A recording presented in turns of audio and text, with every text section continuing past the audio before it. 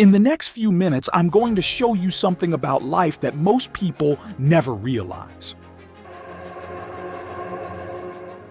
Life doesn't come with instructions, no manual, no clear roadmap, no moment where someone explains how all of this actually works. You're born into motion, into expectations, into rules that existed long before you.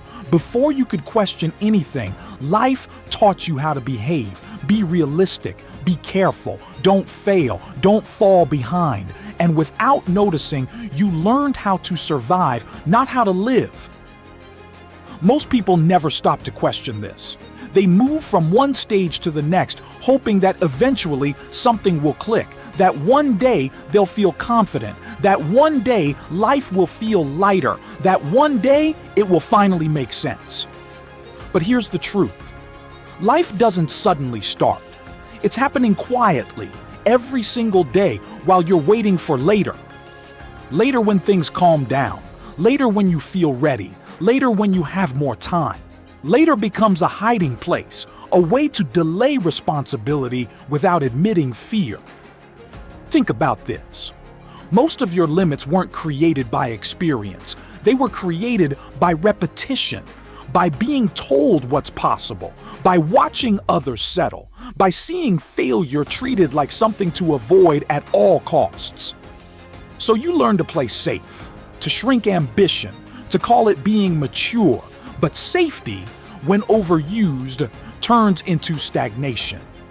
Life, at its core, isn't complicated, but it is demanding.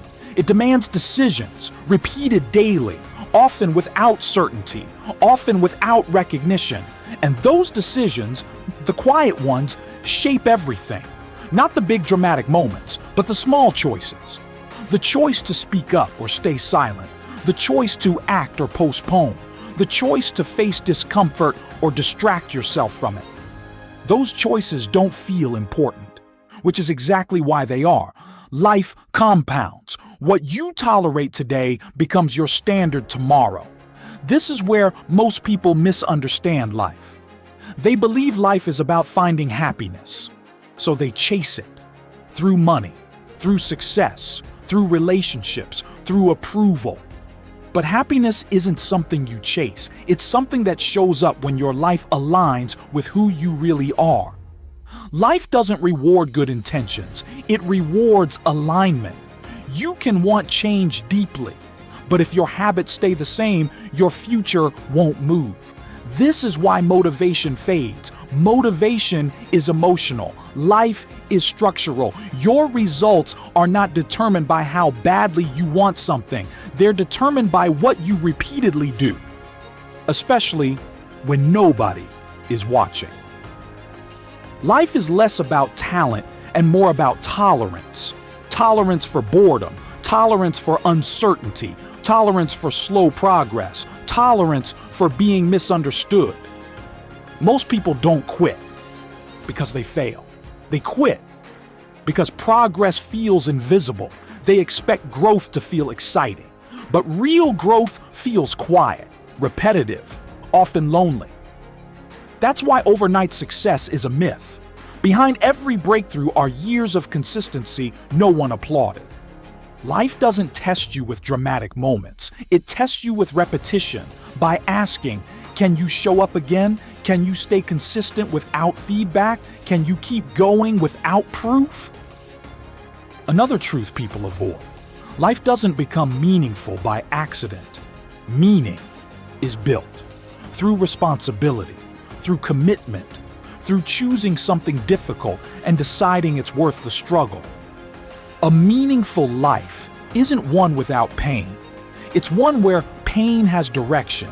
Pain is unavoidable, but suffering is optional.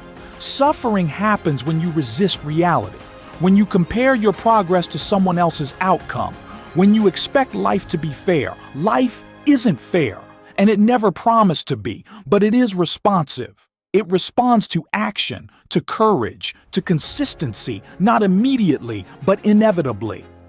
Life rarely gives instant feedback. It gives delayed results. And that delay is where most people give up. They mistake silence for failure, waiting for rejection. But often, life is simply watching, waiting to see if you're serious.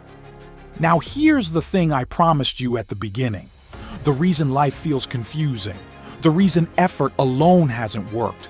The reason so many people feel stuck is because life doesn't change when you understand more. It changes when you become different.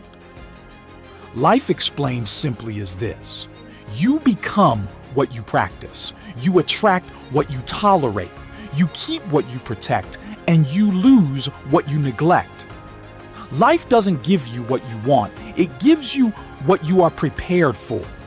And preparation doesn't happen someday. It happens in small choices, in quiet moments, in actions no one sees. The moment you stop, wait,